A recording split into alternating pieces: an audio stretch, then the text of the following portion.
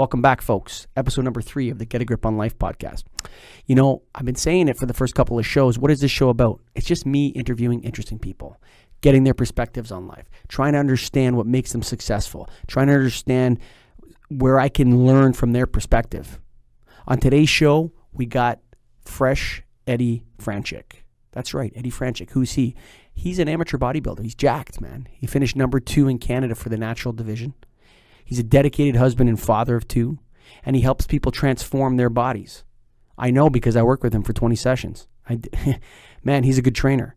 What is he about? Well, he's about fitness, diet, exercise, dedication, staying strong, committing to a goal. So Fresh Eddie's a great and inspirational guy. He's at Fresh Eddie. That's right, pretty simple. Twitter handle at Fresh Eddie, or you can go to fresheddiefitness.com. That's Fresh Eddie with 2 D's. Fresheddiefitness.com to check him out. This episode of the show is brought to you by Get a Grip Studios. Oh, Get a Grip on Life. Get a Grip. That's right. It took me a year and a half to figure out all the ins and outs of how the podcasting world works. I built myself a studio, got myself a software system, got myself a virtual studio where we can interview people overseas in Shanghai, China, and Australia, and all that sort of stuff. So guess what? This studio is open to you, son, or anyone. Don't have to be a man. It can be anyone. Go to getagriponstudios.com. Do you want to create content, video blogs, podcasts? I always found that if you look at it holistically, okay, if you look at the podcasting world holistically, there's a lot of angles to it that you need to do now to get it right. A lot of people think you can download an app on your phone and the next day you have the Joe Rogan experience. It doesn't work that way, okay? People expect a higher level of professionalism from their podcasts now. It's not 2008 anymore. So if you need help, you want to get started, you want to really take a hard run at the podcasting world, getting your brand content out there, your message out there, go to getagripstudios.com. But for right now, we got Fresh Eddie Franjic on episode number 3 of the Get a Grip on Life podcast. Welcome to the Get a Grip on Life podcast, Fresh Eddie. Yeah, thanks, Mike. Thanks for having me. So tell me a little bit about it. You are Mr. Ontario 2015 Natural? Yep. Yeah, I won that title a couple of years back in natural bodybuilding. So pretty big deal for me, and I'm pretty happy about it. So, yeah. Is that an amateur or a pro thing? It's amateur bodybuilding, yeah. What does it take to become a pro in bodybuilding? There's a couple different ways to go about it. So myself, I'm a natural bodybuilder, so it is a bit different. Rules have since changed, but at the time, you have to do a regional show. You have to place top 5 to proceed to the next level, which is provincial. At the provincial level, you have to place top 5 to go to the national level, and then at the national level, in order to become pro, you have to win your class, right? And then you have to win the overall. And up until just a few years ago, they weren't even giving away pro cards to natural guys, but the last 2 years they started to do that. So there are some opportunities for us. So it's kind of exciting. On the outside looking in, I think the natural is the more as a non-bodybuilder, as you can see. Come on, man. That's to me, that's the harder title to get. I mean, if one guy's better at mixing his cocktail of drugs than the other, but when you're natural, it's real diet, it's real exercise. Whoever's the best at those 2 things wins. No? Yes and no. Like I compete in natural just for my own reasons, right? Like it's definitely the long road, but that's not to say that the guys who are enhanced are not training hard, they're not dieting properly, they're not doing all that stuff, because they really are. At least if they're doing any good, then they are enhanced. Yeah. So in the end of the day, to be a pro and to be a top level pro, those guys, whether they're on drugs or not, they're still going to be the best guys, right? So if you look at like Mr. Olympia and the guys who are competing at the Olympia, like if you take the drugs out of the sport, those guys are still going to be there, right? So yeah, for sure. Just because they're genetically blessed, right? So not saying that natural guys aren't, but like we have a little bit of a cap, so to speak. For most guys, there's always you're always going to find like a couple freaks that, that are natural that could maybe hang in there with enhanced guys and stuff like that, right? But generally speaking, like there's a difference, right? So when I was in and that's something I learned over the course of time too, right? So when I started bodybuilding, I actually started like fitness modeling and stuff like that in 2010, kind of by accident. I did that for a couple of years. Then I decided to transition to bodybuilding just because, I don't know, it was more up my alley. So I transitioned to that. I didn't think there was that much of a difference between the natural. I'm like, oh, I'm a good natural athlete. Like, I can compete with those guys. And I went to the provincial show. I qualified. I got to the provincial level. I went there and I like finished like in the middle of the pack, which for me. But you're against enhanced guys there. No, yeah, I was. It was, yeah, you can. In it's called like open. In the open, you can be natural or you can be enhanced. Or just like you can be either, right? But it can't be the other way around. Like, even though sometimes guys try to sneak in and stuff like that, right? Sure. So, but it was. I think that was in 2012 or 2013. I think that was. That's when I realized, like, I got in there and I saw guys like up close and personal. I was like, holy cow! Like, there's a difference, right? So then I realized, I'm like, okay, I should probably like stay in my lane here a little bit, right? Yeah. Do you guys inspect each other's muscles up close?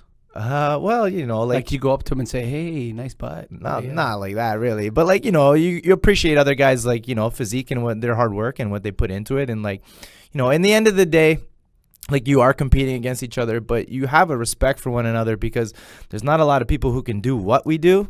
Yeah, sure. Right? So, you know, everyone wants to win at the show. You know, everyone wants to be the top dog. There can only be one, right?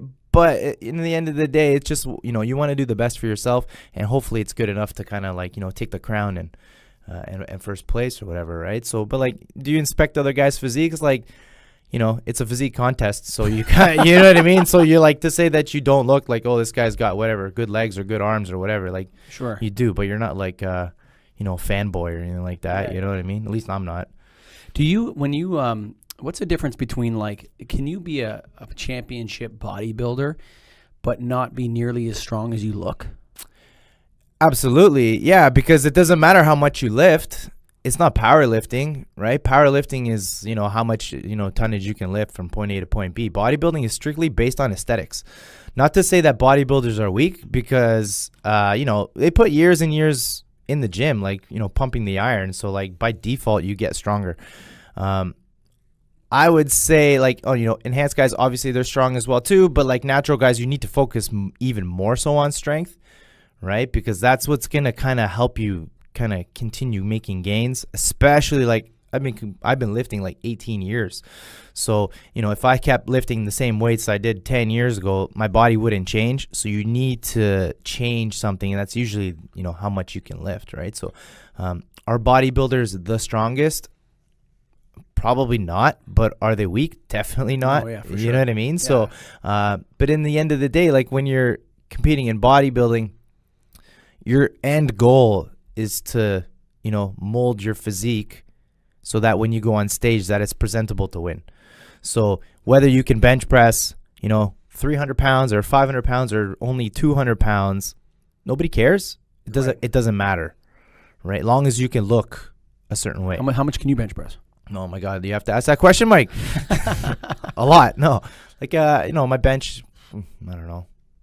I think like 315 ish. 1 rep max. Yeah, 1 rep. I haven't tested it in years. How much do you weigh? Right now 160. So double. Yeah, double. Yeah. So you can bench press more than I can squat. Probably, yeah.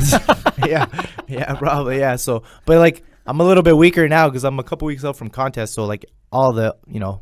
That's so weird to me when we were talking about it, because you were telling me another time that you actually get weaker as you get closer to the competition. Yeah. That's a little bit strange. I mean, how does that, but your body looks more jacked. Yeah, it's kind of a weird thing because people look at you and they think like, oh, wow, you're so strong and indestructible and whatever. You look great and, you know, whatever, but you feel like shit.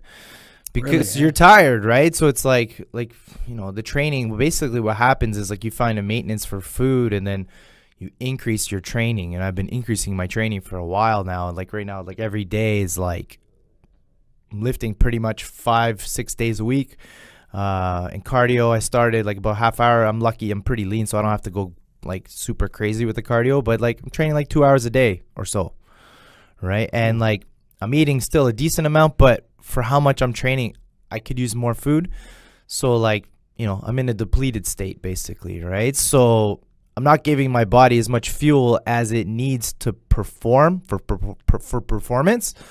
So you kind of get run down a little bit, right? So the last, like, I'd say for me, last like 3 weeks have been pretty tough. Got another 2 and almost just under 3 weeks to go.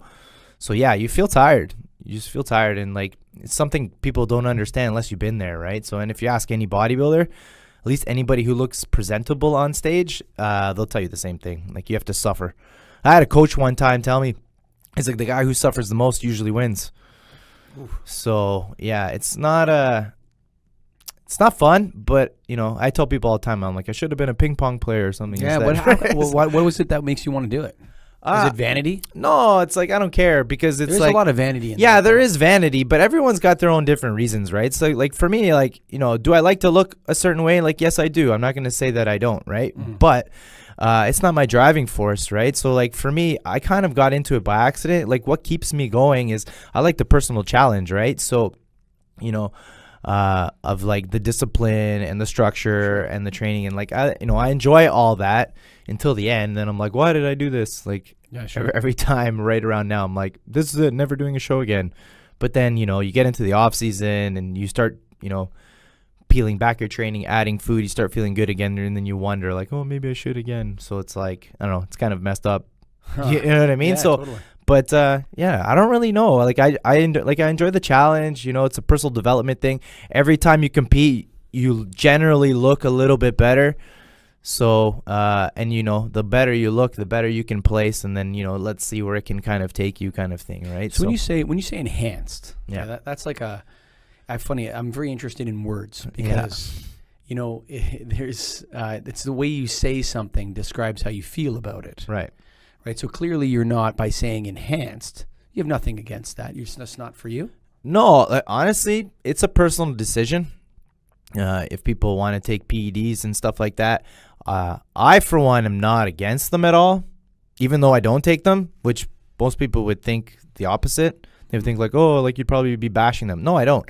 My problem with that is like people are taking them, especially like young people, when they're not even training hard. Sure. You know, they're not even eating right, you know, and all those type of things. They're not doing all the basics first, right? So it's like, the way I look at it is that's like your ace, right? So it's like, if you say your goal is to become Mr. Olympia or compete at the Olympia, then like it's a good probability you're going to have to go that route. And that's fine if that's what you want, right? When you want to be the best in the world at anything, it's going to take extreme measures, right? So that's just the way it is. And that goes not just for bodybuilding. That kind of goes for like anything. Like, you want to be the best at something, like you're going to have to sacrifice and put the work in, right? So and that just kind of comes with the territory, the PEDs and stuff, right? So I'm not against it. I just think you have to like understand the risks, understand the rewards, and ask yourself, am I doing everything in my power to get the most out of my physique without that?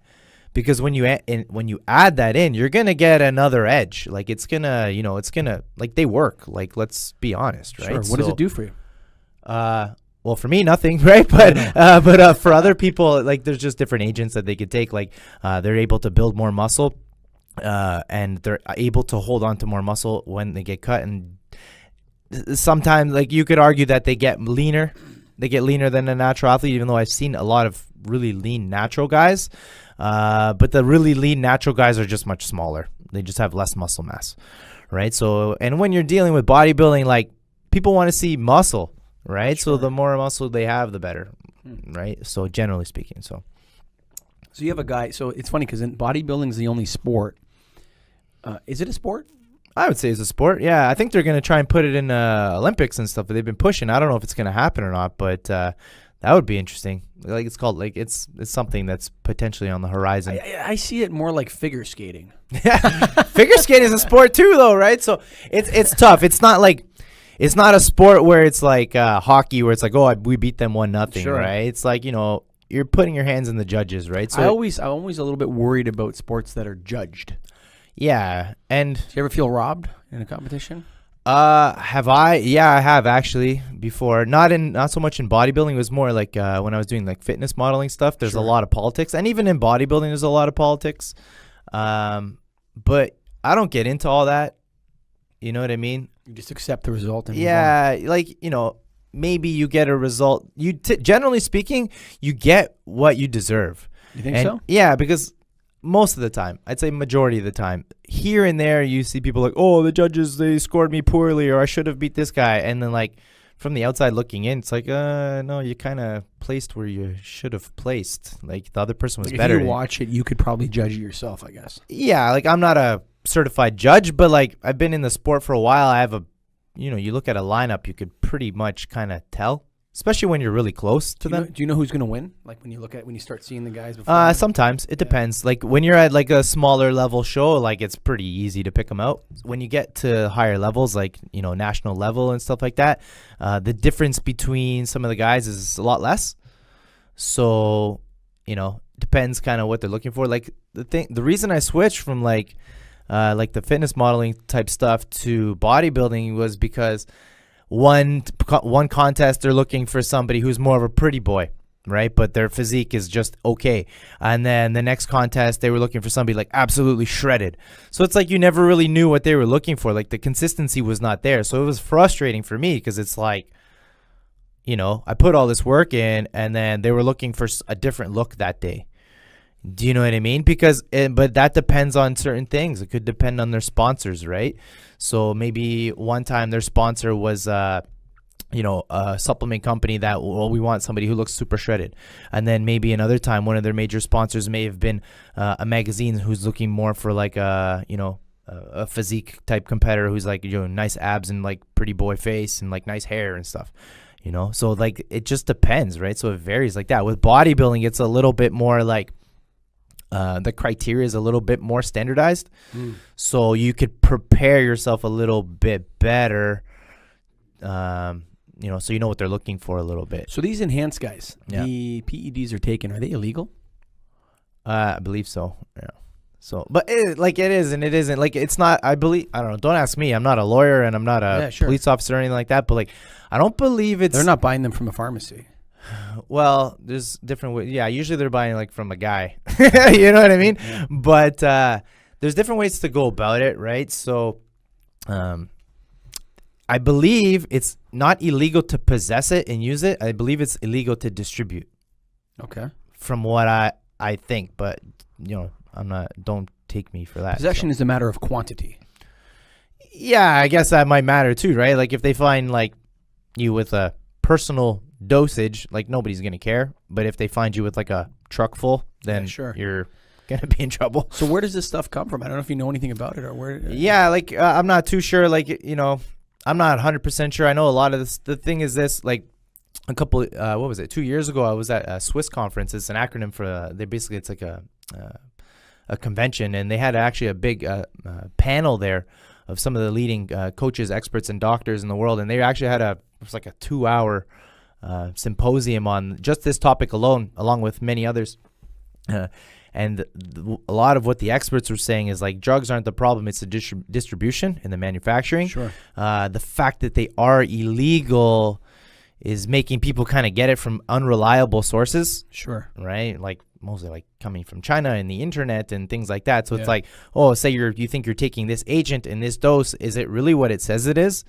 Right? And that's where kind of people are running into problems a little bit, right? So it's like it would be a lot different compared to like if it were standardized and regulated by doctors and things like that. It would be a lot safer because A, what you're getting, and then B, it is what it says it is, and then you could kind of distribute the dose and have it in a safe manner, make sure like everything is kind of when you're taking it is a little bit safer, right? And it kind of makes sense. It's almost like kind of like how weed is now, but like even like let's say like 5 years ago, it's like you're buying from the dope man on the corner. It's like you don't even know where you're getting. Now you can go, they have dispensaries and things like that, and it's regulated for the most part, and you could kind of it's standardized in a little bit, So the dispensary should be adding like anabolic steroids to their lineup, along with edibles and what's that stuff called? Indian Kush or whatever. Yeah, well, I don't know, man. They could do whatever they want, but they probably make some money off of it, right? So, but do they inject this stuff or is it pills? Both. Yeah, that's always scary. Injections always scare the shit out of me. Yeah, well, yeah. Me too, a little bit, to be honest, right? Like I'm a little bit apprehensive with it myself. That's why I've never kind of dabbled at that route. You know anyone that's ever gotten sick from that stuff? I have, yeah. I have. Actually, I know a guy. He told me it was many years ago. He went on a cycle. He gained, I can't remember now how much he said. I think it was like 20, 30 pounds. How long is this? It was like 2 or 3 months. So he gained like Holy quite a bit of mass. shit. But when he came off of it, he got really sick. And he's like, I ended up skinnier than when I started. So, you know, obviously something went wrong there. I don't know what the problem was. I don't know if he, you know, was the quality of what he took was no good, or I don't know what the deal was. But you know, you hear stories like that. Again, that's a rare story. Yeah, sure. Right. But you know, you do hear stuff like that, so it kind of makes you, you know, if you've never taken it, it makes you a little bit more skeptical and I guess nervous. You know, so you know, I just stayed away. Yeah, you know? I get it. Yeah, You know, totally. like my whole thing is like, my goal is not to be going to Mr. Olympia, right? So it's, you know, my goal is a little bit different. I like to compete. Just because I have a competitive nature. I grew up playing competitive sports and stuff like that, Sure, I right? get it. So, you know, I have that competitive edge that I can't shake off of me just yet. Yeah. So this is a great sport for me because I can do it on my own time. When I'm busy with like work schedule and things like that, I can kind of do it on my own time. It's a lot easier than like team sports where it's like, you know, oh, Tuesday we practice and then we're going to have a game either Wednesday or Friday. Sure, It's like, sure. it's easier to manage with my schedule. So that's kind of how I got into it a little So bit. you're a too. personal trainer. Yep. And one of the things I've noticed is that a lot of personal trainers are out of shape. Yeah, which is kind of ironic. But Have you noticed that too? Is it just me or? you see it. You do see it, right? So, yeah, not all, but some definitely, you know, can take better care of themselves. Let's put it that way. Is it tough, like, to be in a gym all day, like and then having to work out as well after that? Is that part of it? Like, I can't be in a gym all day and then go work out at a gym. Yeah, it's not, you know, it is what it is. You know, people think like, I get people coming to me all the time. They're like, oh, you're so lucky. You like work in a gym. And like, you know, like, is it convenient at times? Yes, it is.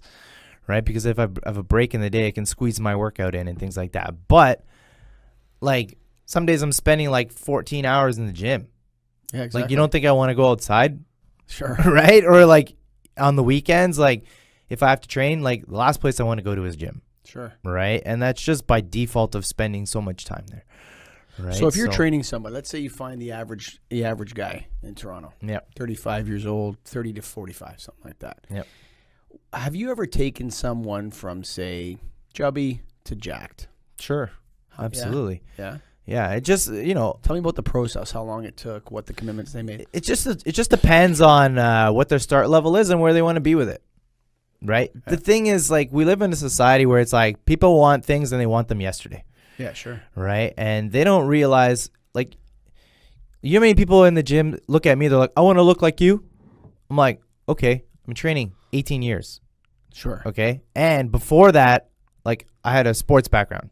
Yeah. Okay. And before that, I was like a little rugrat, like jumping off couches. Like, Sure. that just like been me my whole life. Right. So I've put the time in and I'm still making improvements and things like that. Right. So it's just like, you can accomplish anything you want if you're willing to put the time and the effort in, period. I don't know. Okay, let me throw something at you. Okay. So you have a guy, let's say he's 5'9", Yeah. and he weighs 275, and he's way overweight. What is the mountain that guy's going to climb to go from that to having a six-pack? I don't know if that's even possible, is it? Is it possible? Yeah. Is it going to take some time? Yeah. You know, that might be a year and a half process, right? With a heavy commitment, right? So it's like, obviously, if he's like 275 and like 45% body fat, Sure. he's got a lot to change. Yeah, for sure. You know what I mean? Because his lifestyle habits that got him into that place to begin with are probably not that good. Like, let's Probably be not, honest. for sure, You yeah. know what I mean? Like, He goes home, he drinks a six-pack, eats a box of Oreos, yeah. has his, has trouble sleeping at night, can't sleep properly, Stress. stress. You know, does he have kids? Like, you know, running a business. There's so many factors, and you have to look at it all, right? Like, exercise. Like, the thing is this: I get so many people. excuse me. They think like, say that guy 5'9", 275. They're like, oh, I'm gonna exercise I'm gonna get a personal trainer, and we're gonna train 2 times a week or maybe 3 times a week, and then I'm gonna have a six-pack. It's like 2-3 days a week is good. It's a good start. It's better than zero, but like, gonna have to change a lot of other things. Okay, Maybe I'll tell you my story with one of the trainers I used, so I signed up for 96 personal training sessions. Yep. And I went when I got to my best, I was at about maybe 15% body fat. Yep. And I lost, so I went from maybe 165 down to 148, 40, something like that. Right. So if I was fighting in the UFC, I'd probably fight at featherweight, 135. Yeah. Right. You know, so like that would be completely jacked. Yeah. You know what I'm saying? Like shredded, like you say, right? Yeah, Like, yeah. That would be the weight. So that would be tough for me to get to. But I got to about 15, maybe it was 150, 148, something like that. 15, looked pretty good with my shirt off. Right. You know, I go to the pool. I went to this one hotel, and I was probably the fittest guy at the hotel. I was like the peak. Right. September 2016, I remember it. Yeah. Puerto Rico, baby. Yeah. So, but yeah, I mean, that was when I peaked. But what happens is I find it very difficult to so I like working out every day. Not every day, 3 days a week. If I don't work out 2 or 3 days a week, I get mad at myself. Right. But it took me 6 months to stop hating working out. Yeah. Like I hated it. Right. I would go to the gym and I'd be like, oh God, this is the last thing I want to do is spend an hour with Fresh Eddie.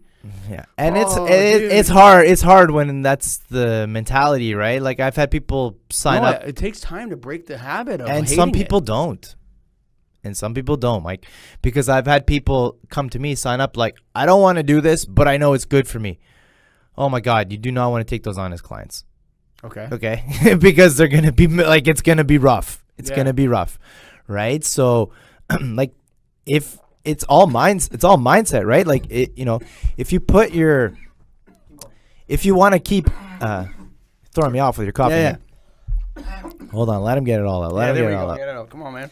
Like All it's all mindset, right? Like if you really want something bad enough, Yeah. then you'll put the work in, and it depends on what your goal is, man. Like if your goal is to be like, yo, I want to be that 12 to 15% and like be the most jack guy at the pool, and maybe I'm not like look like a UFC fighter, or maybe I don't look like a bodybuilder, but like you feel really good in the skin that you're in, like Yeah, sure. that's a win. Like that's There's a huge something you win do, there, there's right? Something I'll tell you this, like whatever you want actually do in your life, but if whatever it is, if you feel good, like if you feel strong and fit and you look good and sorry, whatever it is, and you're at your best, everything in your life gets better. Sure. It's like you kind of like you have to wear your skin every day. Yeah. So if you're feeling strong and fit and you look good and you're at your personal best, there's something to that. Now, my personal best is different than his personal best. Like some people just want to lose 25 pounds. You know what I mean? They're not interested in really getting shredded or jacked or anything Right. like Yeah. that. But what you need to do is you need to ask yourself why. Why? Right. Like the why is the big thing, right? So, why do you want to lose 25 pounds? Like, what's it going to do for you? Why does it matter? Huh? Right? Because that's the main. What's the number one reason? What do people tell you when you're in the Hey, gym? man, that's a personal thing. Like that, everybody What's is. the best reason you've heard? Best reason is the reason that matters to you. No, but you're a trainer. When people talk to you, when you're talking to people, you interview Man, me. you hear all kinds of stuff, right? So it's like you may like. I've spoken to people where it's like, oh, like they come in, they're like, yeah, I want to sign up for training. I'm like, okay, why do you want to do it now? They're like, oh, I don't know, I want to it's time. Like I want to lose 25 pounds. You ask them like further, like, okay, why 25 pounds? Like, what does 25 pounds mean? Like, why not 15? Why not 30? Yeah, sure. Like, what's the difference, right? They're like, and then you kind of like, you poke and you prod and you dig and you dig and you dig. And then you realize, and then the truth comes out. They're like, oh, well, my husband cheated on me because, my hips are bigger. And, I want to lose that 25 pounds so that I look sexy and I could get my husband back. Like you hear stuff like that, right? Someone So needs it's like, to tell that girl that that's not the reason her husband cheated, but.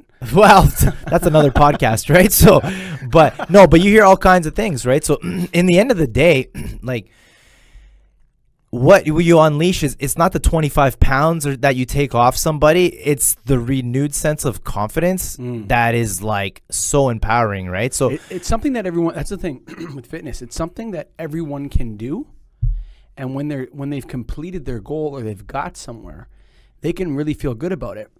Excuse me, without having to like compete really against anyone but themselves. And the biggest enemy is your own head, dude. Sure. Yeah. And it's like, it's a personal journey and there's ups and downs and it's not easy, right? Like training is blue collar, right? It's hard work. You put your nose down, you grind it out and you keep going until you get where you want to be, right? But you have to figure out where do you want to go with this And why does it matter? Because you can have an end goal. Like, it's important to have an idea of what you want to accomplish. So let me ask you this. So someone says, hey, I want to look like Jason Bourne. Right. Like, is that a reasonable goal for somebody? I think it's kind of stupid. Okay, what is it? I think it's stupid because why do you want to look like somebody else? Okay, fine. But then let's say, let's say you have a guy. No one's going to say I want to look like Fresh Eddie. But hey, if you could get it. The thing is this. It's like you can never look like Jason Bourne just because he's a different person. Sure, I get that. Do you know what I mean? So what's a good goal then? Well, like you could say like, oh, I want this type of body type. Like I'm looking like for whatever, gain a little bit of muscle, get leaner, reshape, and like change my lifestyle and things like that, right? So, it just depends. Like it depends what people want, right? So like I got people saying like, hey, I feel like so tired all the time. Like I'm coming in here to, get a little bit stronger and have more energy so that I can sleep better and play with my kids. Does that actually work? Absolutely. People get in better shape, they get stronger, they have more energy? Sure, absolutely. Because I feel exhausted after I work out, dude. Yeah, after you work out, but that's the short term. Right. I'm talking about the long term, right? Like when you deal with I deal with all sorts of different populations. A lot of the people who come see trainers are corporate. Okay. Right? Because realistically, they're the ones with the disposable income to come train with us. Sure, like C-suite guys, like presidents. Yeah, like you get a lot of lawyers, you got a lot of doctors, you get a lot of business owners. Yeah, like bucks an hour, yeah. So it's like you're not gonna get you don't get always some kid off the street because they just can't afford it, right? Sure. Like realistically, so I'm getting a lot of these people. What they have all in common is they're workaholics. They stress. They don't sleep. Their nutrition habits are poor. Their exercise habits are poor, and all these things. So it's not like exercise is just one pillar. It's one pillar of health, right? So is it an important one? Yes, but you need to make sure you have all those other pillars standing strongly as well. What are the other pillars? Right. So managing stress. Okay. Quality of sleep and quantity as well. Nutrition, and then training and exercise. Those are the four main pillars that you're looking to kind of if you can get all those, improve them in some way, shape, or form, then you're going to be trending in the right direction. Like people in the end of the day, let's be honest, people want to look a certain way, right? But if you have healthy habits, a healthy body is a representation of healthy habits, right? So if you're going to bed late and you're waking up all through the night and you're waking up early and you're worrying about what you have to do at work the next day, you're stressing and sleep is shit, right? And then you're tired in the morning, you're skipping breakfast, then you have a meeting, so you only have a coffee for lunch, and then you're supposed to go work out, but you're just too bagged at the end of the day, so you skip it. Like you're 0 for 4 there. 0 for 4. You know what I mean? Sure. So, part of our job is okay, how can we implement strategies to, depending on their goal, whether it's short-term or long-term, get them in a better zone with those kind of things, right? Sure. You get them sleeping better. You improve all those areas, and then their physique starts to change. They're not going to be stepping on a stage, most likely, because that's another beast, right? You're measuring your food out, you're measuring your training volume out. You have to make sure you're getting your sleep. It's so calculated and it's so precise. If you're off a little bit, you're not placing that day. Do you know what I mean? Yeah, sure. And you could do everything right and still not place. Sure. Because there's other. But the average frustrated chump. Yeah, he's not gonna be standing on a stage anytime. He needs to lose 20 pounds to get fit. No, he's not. But like I said, you improve those lifestyle habits, those 4 things, right? And then the body starts to change, right? And it's a long haul thing, right? So it's for somebody like that, your corporate client or whatever, it's you don't want to do it for 3 months and then he goes back to it. So it's where did you spend a lot of money, you spend a lot of time, you spend a lot of you put a lot of effort in, and you basically you took 2 steps forward and then 2 steps back, you're in the same spot. So let me ask you this. A lot of people you'll read a magazine and you'll hear about Hugh Jackman, or you'll hear about Matt Damon, or you'll hear about these actors. Right. And they're walking around at 20% body fat, and then it's I went in for a training camp for 6 weeks, and then all of a sudden they're jacked and shredded. What's going on there? Is that possible, or are we getting something different? Or sure, it's possible. If you look at Hugh Jackman, he's got a great physique underneath there. Whether if he puts on a couple pounds of fat in his when he's not Wolverine or whatever, he's okay, who cares? Okay, and he'll go to whoever he's working with as a trainer and be you're working with something that's there already. Like, you know, he may put on a little bit of fat, but like the goods are still underneath there. Sure. Do you know what I'm saying? I do. Right? So same thing like with bodybuilders and stuff like that. It's like people look at me, they're like, oh, like, how'd you get so jacked all of a sudden? It's like, I was jacked. I was just like in hibernation a little bit. You know what I mean? Sure. Right? So it's like, yeah, I had a little bit more like fluff on me because it's like, I don't want to walk around at like 7% or under like all year round. Like it's too hard on the body. Right? But like Hugh Jackman, those guys, it's like if they have a role and they're getting paid big bucks and they want them to look a type of way, then you do what you need to do. Right? So, but like those guys have a good base, right? Like I'm sure he's been training for many years. Yeah, I'm sure. like, you know, I'm not super familiar with his routine, but like, But Christian Bale went from The Machinist to Batman in 6 months. right. Yeah, but you have Or to, something like that, some role like that. It was like crazy. yeah, and I'm sure he put a lot of time in the kitchen and like, you know, you have to understand these guys have, I'm asking you if they're enhanced is what I'm asking you. you're going to have to ask them. Like, What I'm not, you're looking at them. You mean put on 30 pounds of muscle in 6 months? Going from The Machinist to the Batman role or whatever he did? Like- I knew something like that. It was like 6 months from this to that. hey, I don't know, man. I Is don't there know. muscle memory? Because he was probably jacked before Andy went down in his weight and then he just bounces Well, back. the thing is like this, like that one movie where he turned into like the Skeletor or Yeah, whatever. Machinist, Yeah, that's so called. it's like his body wanted to go back to homeostasis after that. That's a big word. Right? So I know, hey, what can I say? but like he basically starves himself to get there, right? So then when he started eating, his body's going to go back to like his whatever, maybe he's comfortable at like, I don't know, 180 pounds Sure. or whatever, right? Yeah. So, you know, the thing is this, it's like you can fluctuate, like body fat can fluctuate like up and down, like for the most part, fairly easy through diet, exercise, and like sleep and stress and stuff like that. The thing that takes the time is if you want to add muscle. That takes years. Yeah, you were telling me that before. You were saying Yeah. that some of the older bodybuilders, the senior tour, what is it called? The champion? It's Masters. Masters. Yeah, The Masters. yeah. What's that, over 45? Yeah, Masters is 40 and over. 40 and over. Yeah, and so what would it take for me to be the natural Masters champion? What would I have to do? You just gotta keep lifting. Like these guys, like you have to understand though, like They're probably 20 years of bodybuilding behind that. or more. Yeah. Or more. Like, you know, I started when I was 15. I'm 33. That's 18 years. Sure. You know, and then some of these guys got, you know, 10 years on me.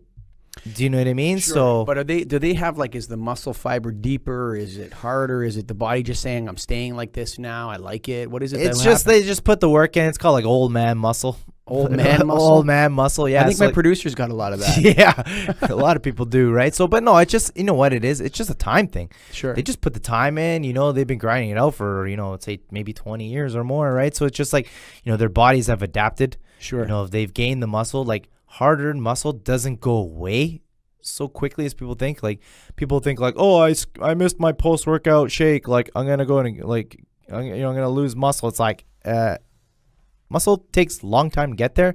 It's not just going to disappear so quickly. Can you lose muscle? Yeah, you can, but it's not like, it doesn't go away. What just about like, injuries, man? You seen a lot of people injure themselves in gyms? oh, yeah, for sure. Yeah. What's the number one back injury? Number one? I don't know, you see all kinds of stuff. Just people are doing stupid shit. I screwed up my wrist doing Right, hang so- cleans.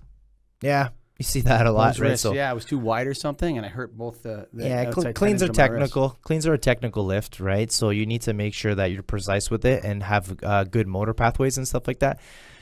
The thing is this. How do you prevent injury with your clients? You got to be smart. You got to be smart and know what you're working with. Yeah. And take your time with it, right? So, like, depending on the person's level, right? If you're dealing with somebody who's advanced, then, yeah, you could kind of go for the gusto a little bit more. Sure. If you're dealing with somebody new, then it's a lot of motor pathway development, right? Like, you have to learn how to, like, bar So path. take a and- 38-year-old man who's never worked out, hasn't played sports in 10 years. What does he got? How long does he need to do that? What do they call that? It's stuff? like Anatomical adaptation or whatever? Yeah, exactly. It's like AA phase or GPP. How long is that general phase? prep. Man, it could be up to 16 weeks 16 weeks. or more, right? So it just depends. Like, What is it? Is it the muscles are stronger than the tendons? Because you see guys, you see guys like will tear their bicep. Absolutely, yeah. But Or basically, what you need to do is you need to prepare for strength. Okay, so for one part of it is learning like motor pathways. So it's like your brain controls everything. Like our muscles are pretty dumb. Okay. They just do what the brain tells it to do, right? So that's basically triggered through nervous system, right? So, say you're doing a bench press. If you're all over the place with the empty bar, how do you think you're gonna do when you load it up? not very good, Sure. right? And that's a recipe for disaster. So, you might have to spend some time just kind of learning how to press properly, how to pull properly, how to squat properly, how to hip hinge properly, things like that. How to full brace disclosure, properly. full disclosure. I've done 24 personal training sessions with Fresh Eddie Franjic. Yeah. So just letting all the people listening to this know. Yeah. So we're going to talk more specifically. Yeah, and a couple of things you showed me. Yep. Like technique is so important, dude. Sure. You showed me how to do a tricep extension. That changed, like every other tricep extension I did before that was a complete waste of time. Yeah, and it's simple stuff. It's simple stuff once you know what you're doing. But the problem is, it's like people think they know what they're doing, but they don't. Sure. Right? Like, I'm in the gym all day. Like, there's a couple people, and I say just a couple people that are kind of executing properly. Sure. Right? And the vast majority are just spinning their wheels. They're in there. They think they're doing things right. And, like, it depends what they're trying to do. Like, they're not getting stronger. They're not getting, bigger. They're not getting leaner. They're just kind of the same all the time, right? The other thing you told me was with the flies and the shoulder. Right. When you release, you got to make sure you're going like this so you don't rip your shoulder. Yeah, out you got to keep it packed, right? Like you need to protect the shoulder. The shoulder is like very hypermobile, one of the most mobile joints in the body, but it's lacking stability, right? So, you have to be a little bit cautious of that. So when you're doing certain exercises you have to make sure the shoulder girdle is pretty stable so that you can actually do certain things, right? So it's just like simple things.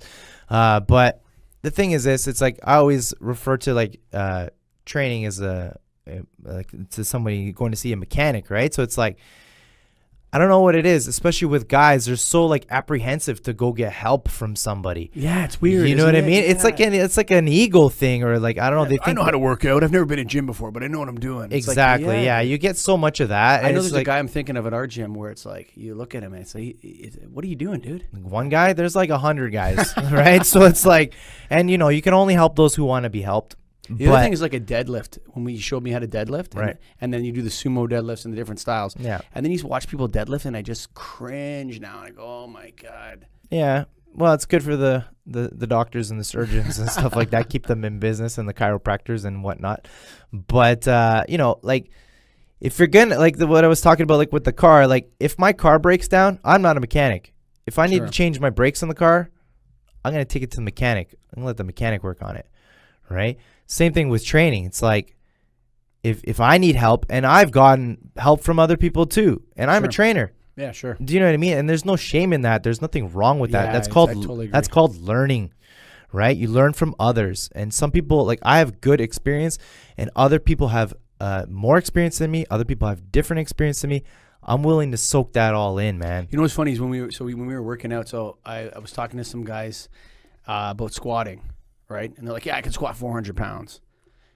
But they can't even bend over. That's the old 2-inch squat. Yeah, they do like a quarter squat. Yeah. I'm So looking at the guy. I'm like, there's no way you can squat 400 pounds. Like a squat is all the way to the crouch position and up, right? Yeah, and well, it depends. Everyone's got different like restrictions and mobility issues and things like that. So it's like the common That's a half squat. yeah, so people say like, oh, if it's not ass to grass, it doesn't count. Well, it's like realistically, some people's hip structure and like tightness through the ankle or upper back or whatever, like may not allow them to get there. Okay, doesn't mean that they can't get there in the future, but like you might have to mobilize, like work on mobility so that you can improve your range of motion. Because it's like, I'm a strength coach, so it's like you want to be strong. You know what I mean? So because strong kind of like all those like little injuries and stuff like that, when you're strong, they'll kind of go away for the most part. I found that I've worked out through injuries. Yeah, you have to work around them. No, what was it? When I hurt my knee Right. with you, and we still did the step ups, we still did the squats, but we stabilized it beforehand. Sure. I think it helped it heal. Yeah, because the knee's for the most part fairly simple joint, right? So it's like if your knee is wonky, depending what the issue is, as long as it's not like meniscus or ligament tear or something like that, it's usually the issue's coming from the joint above or below. Okay. Right? So what we do is like somebody's like, oh, I have knee pain. It's like usually their ankle and or hip is like blocked up and shit. So it's like you need to mobilize those. If you get those kind of jiving and moving really well, and the muscles above and below the knee strong, then it typically goes away if it's something like that, right? So but every case is different, so you have to look at everyone as an individual and go from there, right? But you see a lot of the same stuff over and over. right? So some of it is kind of just like aches and pains, and some of it's more serious. You know, you need to have a general idea of like injuries and things like that, and you know, background and all that kind of stuff, just to know if it's something that, okay, this is something we can push through, this is something we should leave alone, or is this something we should refer out and go about it from there, right? Like, I think some trainers, they try to do it all. If it's something that is out of my scope of practice, I will refer out. I'm not a physiotherapist. Sure, yeah. I'm not a doctor. I'm not a surgeon. But right? you fixed that kink in my back with that. With the boomstick. Yeah. Yeah, with the boomstick. Yeah, but like that was just like spasm, right? So we Yeah. just kind of worked that out, and like, you know, that's something that is in my wheelhouse. I could handle. Felt okay with it. Also, the elbow, the tightness in the thing with the bar. Yeah. Doing that. Yeah, just flossing the elbow, things like that. Like, those are things that we see every day. Yeah, sure. Do you know what I mean? Flossing the elbow. Yeah, so you know, those are things we see every day, and we have experience with that, so we deal with that, right? But if it's something that's out of our wheelhouse, then, you know, get somebody who can handle it. And Changing gears here. Yeah. Quick, something else I want to ask you about. So I'm a dad. yeah, I got kids. What's the right? So you have a boy. Let's say he's a good athlete or whatever, and you know, I just tell my son do push-ups, pull-ups, chin-ups, that sort of stuff, right? Body weight exercises. What's the right age for kids to start? You know, particularly boys. Boys are probably more into it than girls. Oh, I'm in trouble now. Oh no! Did I just say that, Fresh Eddie? Oh, I don't know. That's on you, not me. Yeah. So, what's the right age? Like, when is the body ready to start working out? Is there a difference between girls and boys? And when? Yeah, like you really. said 15. That sounds a little young to me to start jacking weights on our way. Well, the thing is this: the body doesn't understand the difference between doing a push-up and doing a bench press.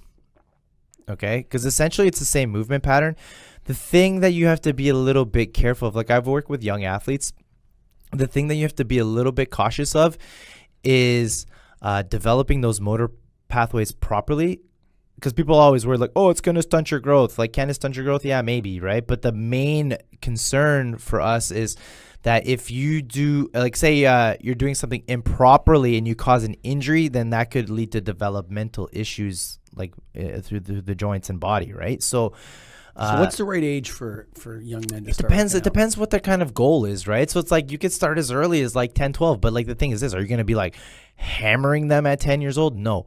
What you're going to be doing is you're going to be like teaching them the fundamentals so that when they reach a certain age, so say that when they hit like 14, 15, that they know how to press, they know how to pull, they know how to squat, they know how to hinge, they know how to do, you know, overhead press, they know how to do all the basics, so that when they're maybe 15, 16 years old and they're going into like a competitive environment, that they could start incorporating this along with, right? So the main thing we work with our young athletes is two things, right? The first thing is injury prevention, right? Because a lot of these kids, their goal is not to become a weightlifter, right? Their goal is to become a soccer player or to be run faster. Yeah, exactly, harder, yeah. right? So like their goal, they're usually playing sports is why they come to see us. So it's like I'm dealing with one kid, he's a soccer player. I train him and I also train his dad separately.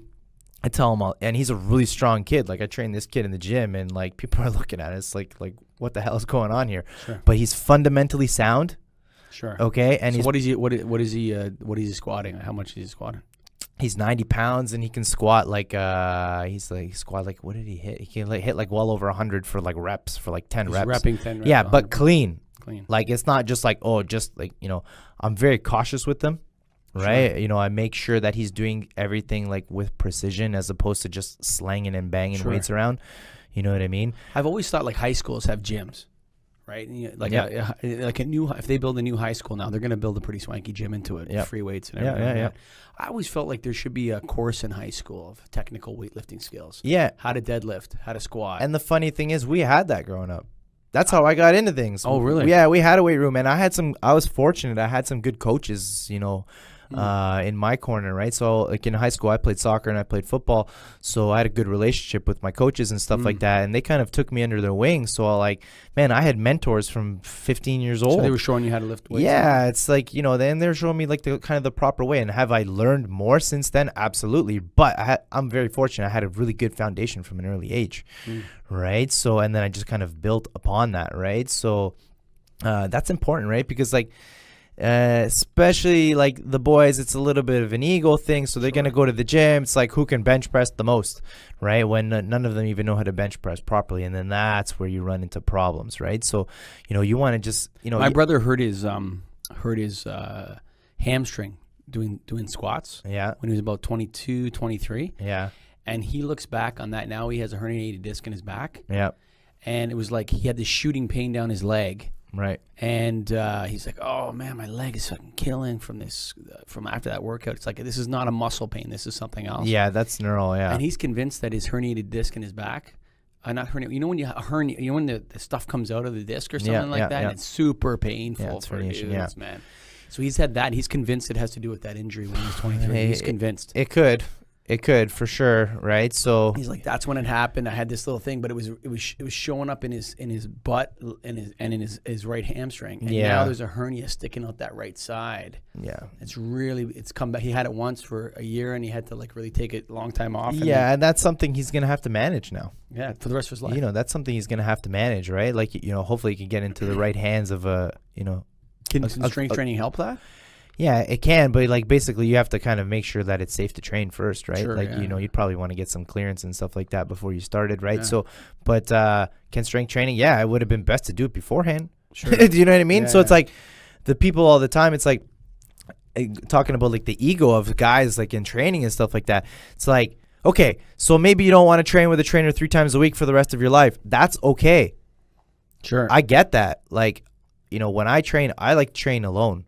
So I wouldn't want to be with, you know, somebody like all the time. Like I'm a one-man wolf pack when I'm in there. Sure. Right? So, but if I didn't know what I was doing, there's nothing wrong with getting like, say, 24 or 50 sessions and learning from somebody with experience so that you can kind of get it. Yeah, sure. And then run with it.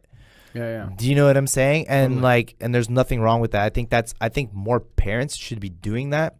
I think for their kids, you mean? Absolutely. Yeah, because you see in our club, there's a lot of tennis players and stuff like that, and the parents are like, oh, like I'm just going to show them. It's like, you don't even know anything. Like, it's the blind leading the blind, right? Sure. So it's kind of... You know, I would have said that. Yeah. If someone, like before I signed up with the other guy before I signed up, I would have been like, I know how to lift weights. What's this? This is BS. What's $75 an hour? Get out of here. That's crazy, or whatever it is. Yeah. I was the same guy, man. Yeah. I was the same guy. And then the only thing that brought me to a trainer is I read this book on habits. Right. And in the book, it said the older you get, the harder it is to break a habit. Sure. So if you have a kid and he has got bad habits, it can take you 6 weeks to change that kid's habit. The best thing for the trainer is to have somebody raw. Like, it's the best because there's no bad habits to break. I get people who have worked with... What do you mean raw? Young? Like raw, just like no lifting experience. Okay, yeah. Right? So no, what I'm talking about, I'm not talking about bad habits with weightlifting. I'm talking about like bad, so just habits in general. So I don't go to the gym, right? So it takes an adult like 6 to 9 months, like a man, say 30 to 45, 6 to 9 months to stop hating going to the gym and then it takes another 6 to 9 months to start liking it. Like that's crazy, dude, that it takes that long. Yeah. And when I read that, I said, okay, sign me up for a year. Right.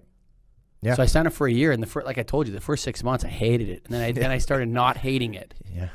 And then now it's like if I don't go to the gym, like I'm not jacked or anything like that, but if I don't go to the gym, I'm like, oh man, don't be so lazy. Get into the gym, man. Right. Oh, and then I love it after I'm done, and I'm back into the workout phase. I've hardly ever met anybody who, like, I've met a lot of people who don't want to be there in the beginning of the session, but very rarely do I see people at the end of the session who don't feel good about it. Sure, yeah.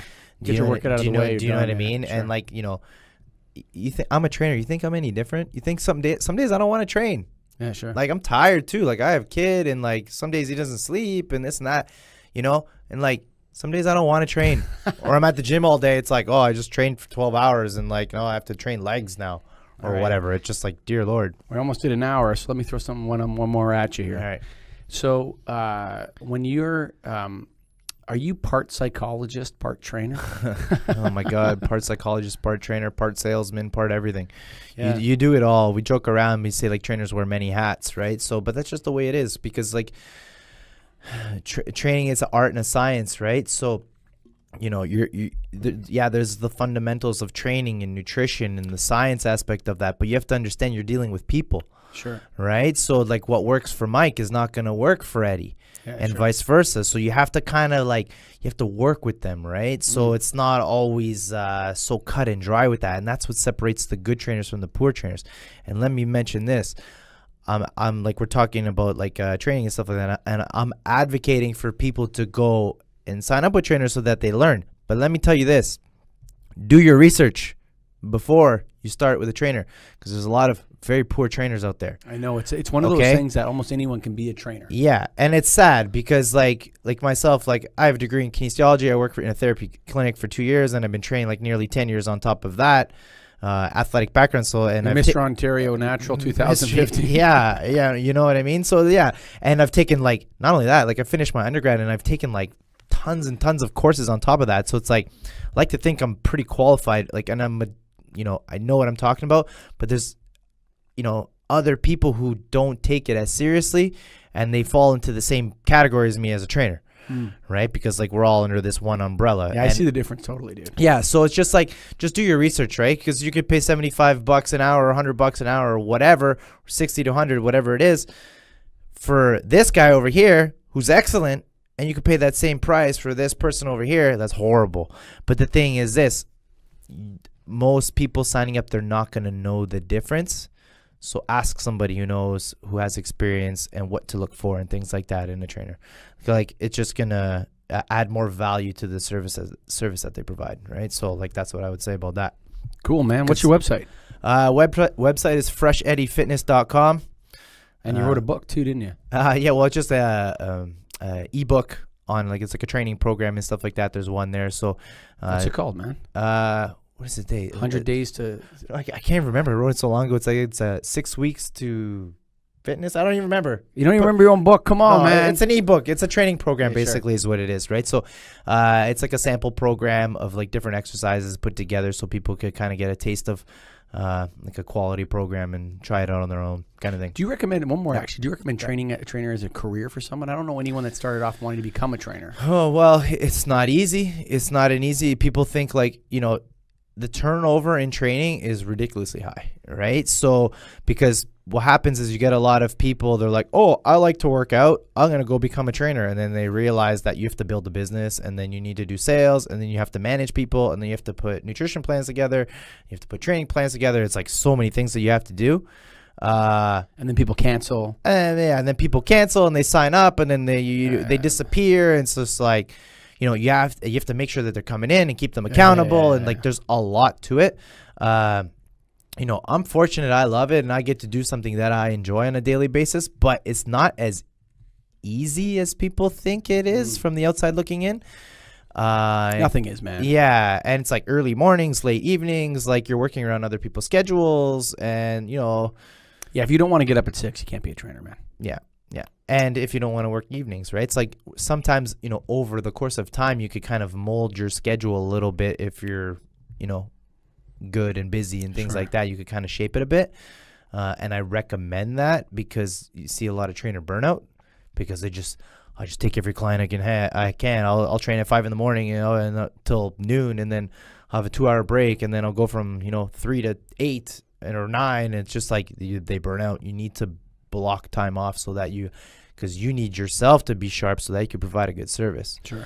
Right. So like, do you think it's a good idea to become a trainer? Yeah. If you love it, sure. And you're willing to put the time in, you're willing to learn and commit to it, then yeah, sure. Why not? But just understand that it's not what it seems like from the outside looking in. That's all. All right, man. So go to fresheddiefitness.com if you want to check out Fresh Eddie's book and that sort of thing. And other than that, man, Eddie, thanks for coming on the show. Hey, Mike, thanks for having me. I appreciate it, man. It was great. Yep. Yeah. GetAGripStudios.com. That's right. You want to start your own podcast? You want to promote your brand? You got a message that you want to send to the world? Oh, I'm just going to download an app on my phone and then I'm going to record it on my phone. I'm going to buy a recorder. Okay, you can do that. All that stuff works. Okay? But guess what? Most podcasts, go to Podcast Alley, go to Podomatic or whatever, you'll see the vast majority of podcasts have 1 or 2 episodes. Why? Because it isn't as easy as downloading an app on your phone. There's a lot of work to do. There's a lot of ins and outs. There's production, there's recording, there's guest finding, there's sponsors, there's social media, all the social media stuff to get your message out to the most amount of listeners. What it is about is getting your message out to the most amount of people as quickly as possible. And all the formats that they want to receive your content on. That, my friend, is not as easy as people make it out to be. So, do you have an idea for a podcast? Do you want to do a pilot episode? We have entry points as low as $200. Do you want to do a full-blown 24-episode blast get to the top of Apple in 2 months, we can take care of that too. It's our gold level. So go to getagripstudios.com, baby. That's getagripstudios.com. Check us out. And if you're interested in doing it, hey, phone calls are always free. Give us a call, see what you need. We're happy to discuss it with you. Come on by, check out the studio. So go to getagripstudios.com. I'd like to thank Fresh Eddie Franjic, man. You're the man. He's got it all going on. He's father, husband, beautiful wife, beautiful family. He's fit as heck, jacked. Number 2 in the country in the amateur bodybuilding division. So Fresh Eddie, you're the man. Go to @Fresh Eddie, fresheddiefitness.com. Thanks for coming on the show. And this is the Get a Grip on Life podcast, episode number 3. Go to getagriponlife.com to check us out, to follow us on social media. And what is that all about? Hey, I'm just trying to talk to interesting people. For me, it's selfish reasons, actually. When you get people in the studio and you sit them down, they actually feel comfortable to kind of unpack their arguments. They have time. They know they're accepted. They know that what I want is their message. I'm not trying to put my agenda onto them. I'm trying to understand them. And that's what this show is about for me. I hope you like it, because that was number 3. Thanks for listening.